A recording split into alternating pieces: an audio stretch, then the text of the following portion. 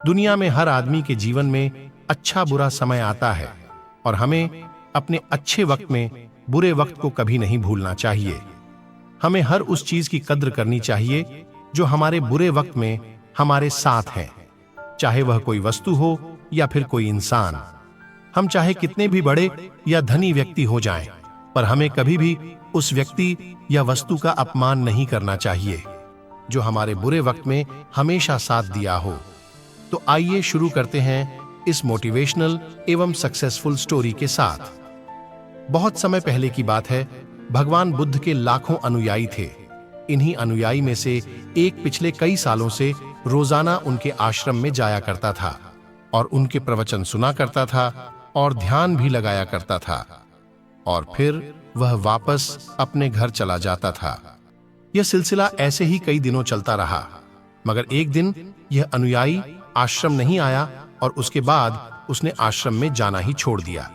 ये बात बाकी कई लोगों की तरह बुद्ध ने भी महसूस किया कि उसका नियमित आने वाला अनुयायी किसी वजह से अब आश्रम आना बंद कर दिया है। इस बात को कई दिन बीत गए। एक दिन बुद्ध अपनी भिक्षा मांगकर एक गांव के रास्ते से गुजर रहे थे। यह गांव दरअसल उसी अनुयायी का था जिसने अब आश्रम में आना छोड़ दिया था। बुद्ध उस अनुयायी के घर की तरफ चल दिए। जब उसके घर के पास पहुंचे तब वह अनुयायी अपने घर के आंगन में कुछ काम कर रहा था। बुद्ध को देखते ही वह उनके पास आया, उन्हें प्रणाम किया और उन्हें बैठने के लिए आंगन के चबूतरे पर चटाई बिछा दी और बुद्ध चटाई पर आराम से बैठ गए और बुद्ध अनुयायी से बात करने लगे। बुद्ध ने पहले उस अनुयायी के स्वास्थ्य के बारे में पूछा और फिर पूछा कि उसके परिवार में सब कुशल मंगल तो है ना। अनुयायी ने कहा कि सब कुछ ठीक है, कोई भी अस्वस्थ नहीं है। तब बुद्ध ने उससे आगे पूछा, अगर सब ठीक है तो तुमने आश्रम में आना क्यों छोड़ दिया?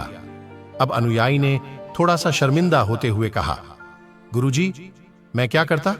मेरे पास पहनने के लिए सिर्फ एक ही जोड़ी कपड़ा है और वह भी अब जगह जगह से फट चुका है और उसमें कई जगह छेद भी हो गए हैं। अब आप ही बताइए कि ऐसी हालत में मैं इतने सारे लोगों के सामने कैसे आता?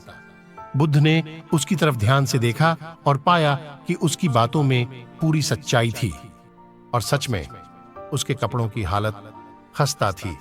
बुद्ध ने मुस्कुराते हुए उस अनुयायी के कंधे पर हाथ रखा और सब ठीक हो जाएगा बोलकर उसे दिलासा देते हुए वहां से चले गए।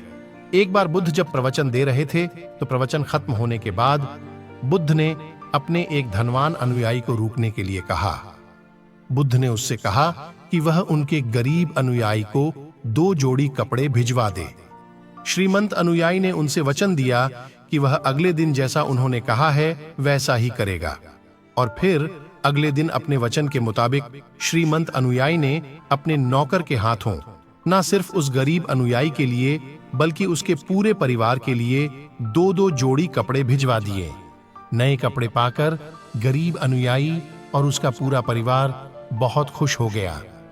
अगले दिन से बुद्ध ने देखा कि वह गरीब अनुयायी फिर से आश्रम में आने लगा है। बुद्ध ने उससे पूछा कि अब तुम्हें कोई परेशानी तो नहीं है? अगर है तो बताओ। अनुयायी ने कहा, अब मुझे कोई तकलीफ नहीं है, बस कपड़ों की थी जो आपने हल कर दी। अब मैं बहुत खुश हूं। बुद्ध ने अनुयायी से पूछा, अच्छा बताओ, तुमने अपने पुराने कपड़ों का क्या किया? अनुयायी ने कहा कि हमारे ओढ़ने के कपड़े ओढ़ने लायक नहीं बचे थे, इसलिए मैंने अपने पुराने कपड़ों को उनकी जगह इस्तेमाल करना शुरू कर दिया। बुद्ध ने पूछा कि फिर तुमने वह ओढ़ने वाले कपड़े जो अब ओढ़ने लायक नहीं है उसका क्या किया? अनुयायी ने कहा कि मैंने उन्हें पुराने पर्दों की जगह इस्तेमाल करना शुरू कर दिया। बुद्ध ने फिर से पूछा, अब उन पुराने पर्दों का क्या हुआ? तब अनुयायी बोला कि मैं उनके 4 टुकड़े करके चूल्हे से गर्म बर्तन उतारने के लिए इस्तेमाल करता हूं। बुद्ध ने फिर से पूछा कि जो पहले गर्म बर्तन उतारने के लिए कपड़ा इस्तेमाल करते थे उन कपड़ों का क्या किया? अनुयायी ने जवाब दिया कि मैं अब उन्हें घर में पोंछा लगाने के लिए इस्तेमाल करता हूं। बुद्ध ने अगला सवाल पूछा, पुराने पोछे का क्या किया, वह भी बता दो। तब अनुयायी ने कहा कि वह कपड़ा कुछ भी करने लायक बचा नहीं था, इसलिए मैंने उसके तार तार अलग कर दिए और उनसे दिया की बाती बना ली। इन्हीं बातियों में से एक बाती आज इस आश्रम में भी मैंने जलाई है। उसी की रोशनी में हम बैठे हैं। भगवान बुद्ध उस अनुयायी के जवाबों से बहुत खुश हुए और उन्हें इस बात का काफी संतोष हुआ कि उनका यह अनुयायी किसी भी वस्तु को अच्छी तरह से इस्तेमाल करता है और हर वस्तु की कद्र भी करता है। दोस्तों, इस बुद्ध की कहानी से हमें यही सीख मिलती है कि हमें भी हर उस वस्तु की कद्र करनी चाहिए जो हमारे पास है। हमें कभी भी किसी वस्तु को बेकार नहीं समझना चाहिए। अगर बेकार कुछ है तो वो है हमारी समझ। और कुछ ऐसे भी लोग हैं जिन्हें कोई भी चीज आसानी से मिल जाती है तो वो उसकी कद्र नहीं करते हैं और उसकी अपने जीवन में अहमियत भी नहीं समझते। आई होप ये मोटिवेशनल स्टोरी आपके जीवन में काफी कुछ मदद करे।